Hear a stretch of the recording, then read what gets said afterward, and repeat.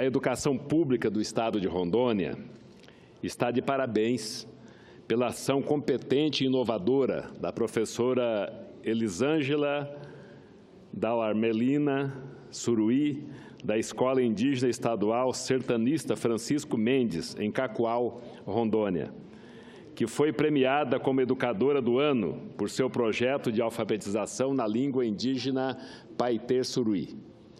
A professora criou uma metodologia inovadora para alfabetizar os 15 alunos do primeiro ao 5º ano do ensino fundamental em sua língua materna. O projeto da professora é hoje replicado em outras comunidades indígenas do Brasil. A pedagoga Elisângela recebeu o prêmio nesse segundo dia 30 em São Paulo, durante cerimônia do Prêmio Educador Nota 10, realizado pela Fundação Victor Tivita, em parceria com a Fundação Roberto Marinho, a Fundação Lema e a Associação Nova Escola e as empresas Somos Educação e Faber-Castell do Brasil. O projeto, intitulado na língua indígena Mamugikoy Ixotig, o que significa a fala e a escrita da criança, concorreu com outras 5.000 inscrições de professores e professoras de todo o Brasil.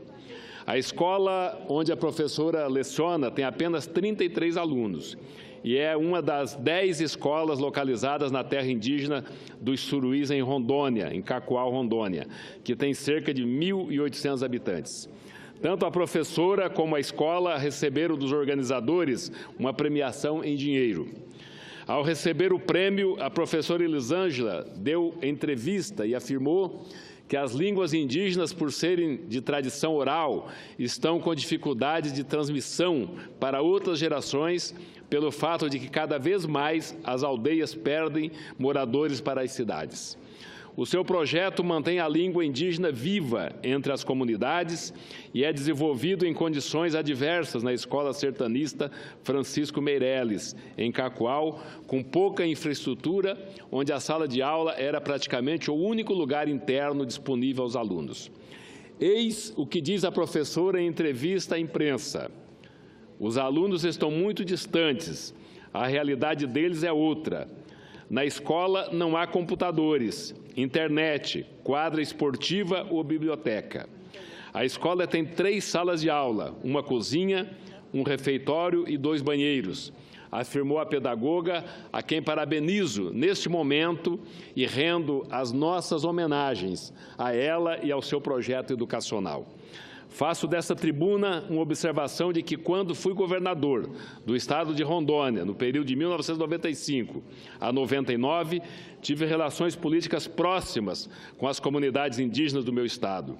Celebrei diversos convênios com todas as aldeias e para a melhoria da qualidade de vida desses povos. Tanto eu quanto a deputada federal Marinha Raupp tivemos uma relação muito estreita, muito próxima, de visitações, de parcerias com as comunidades indígenas. Destinei ações para as comunidades indígenas nas áreas de saúde, educação, agroindústrias, para que eles pudessem produzir a farinha, a polpa de frutas e outros. Um desses convênios, com o resultado dessas ações, foi feito em parceria com o Banco Mundial. Por isso, ao destacar esse projeto educacional vencedor de uma das mais concorridas seleções, também presto minhas homenagens aos demais integrantes de comunidades escolares e ao governo do Estado por implantar escolas em áreas indígenas no Estado de Rondônia. Parabéns ao governador Confúcio Moura. Senhor presidente, senhoras e senhores senadores, se Vossa Excelência me der mais 3 minutos, depois de encerrar esse 1,5 que me faltam, eu vou iniciar uma outra fala aqui sobre as queimadas no Brasil e já dou como lido o restante do meu pronunciamento. Estou muito preocupado com as queimadas que atingem várias áreas do Brasil, embora as queimadas nesta época sejam um fenômeno comum e até esperado em boa parte do Brasil e muitas vezes do mundo.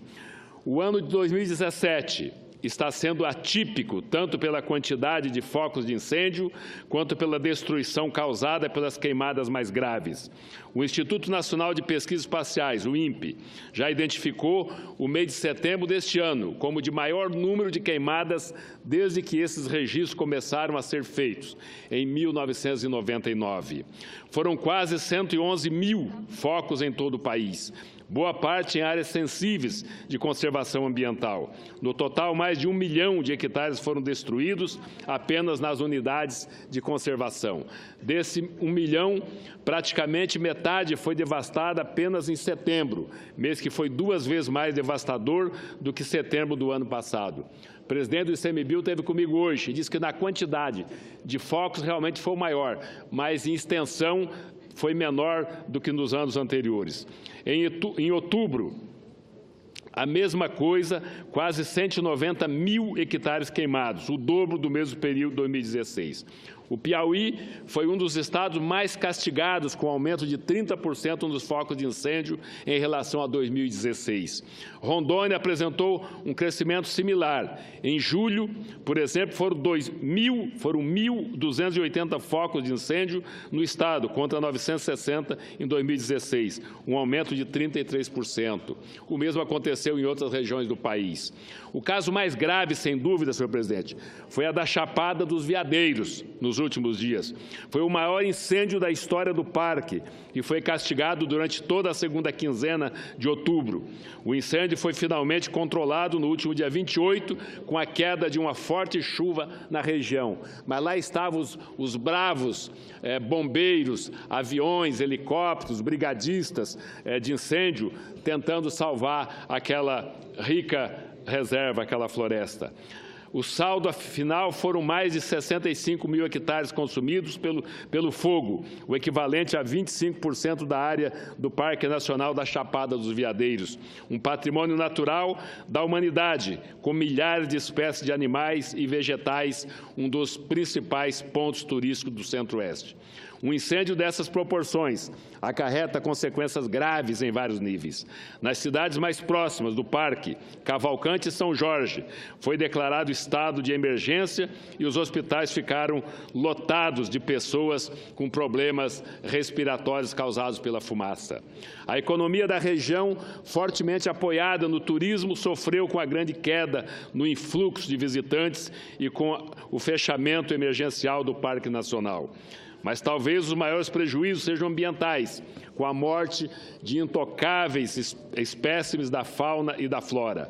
O equilíbrio ecológico causado por um incêndio desse porte levará vários anos para ser restaurado. Sabemos que queimadas são fenômenos que ocorrem naturalmente nesse período e nessa região do país. E sabemos também que os incêndios naturais têm uma função renovadora do solo. No caso desse incêndio da Chapada, porém, temos fortes evidências de que se trata de uma ação intencional e criminosa. O Ministério do Meio Ambiente e o ICMBio já solicitaram o auxílio da Polícia Federal nas investigações que devem se iniciar em breve. Trata-se de um crime da maior gravidade, senhor presidente, senhoras e senhores senadores, com consequências para o meio ambiente, para a saúde pública e para a economia. Como mencionei há pouco, é um crime previsto no Código Penal com pena de reclusão de 3 a 6 anos e multa com agravantes que pode aumentar essa pena em 1/3. Um desses agravantes é justamente provocar incêndio em lavoura, pastagem, mata ou floresta. Punir com rigor os responsáveis por esse tipo de crime é, a meu ver, uma das 2 principais providências que devemos tomar para minimizar no futuro o número de incêndios com esse potencial destrutivo. A outra é aparelhar os órgãos públicos responsáveis pelo combate a essas queimadas, o Corpo de Bombeiros, os funcionários do parque, os brigadistas do ICMBio, policiais da Polícia Rodoviária Federal, funcionários do IBAMA, entre outros órgãos, embora sejam bem capacitados e estejam familiarizados com esse tipo de incêndio, esbarram na falta de equipamentos e de veículos adequados. Se não fosse essa chuva que caiu no dia 28, certamente o incêndio na Chapada dos Veadeiros teria devastado uma área ainda maior. investigar, punir os responsáveis e aparelhar os órgãos públicos envolvidos no combate às queimadas são os caminhos para combater esses eventos que nos atingem todos os anos e com mais força em anos como o de 2017, em que tivemos níveis de calor e secura acima do normal. Já caminho para o encerramento, senhor presidente, concluo com meus agradecimentos sinceros a todos aqueles profissionais ou voluntários que se dedicam a combater as queimadas ou os incêndios nas nossas unidades de conservação. É um trabalho de muito valor e coragem, que merece nossa admiração e nossos aplausos, e que Deus possa mandar chuva para ajudá-los. Muito obrigado, senhor presidente.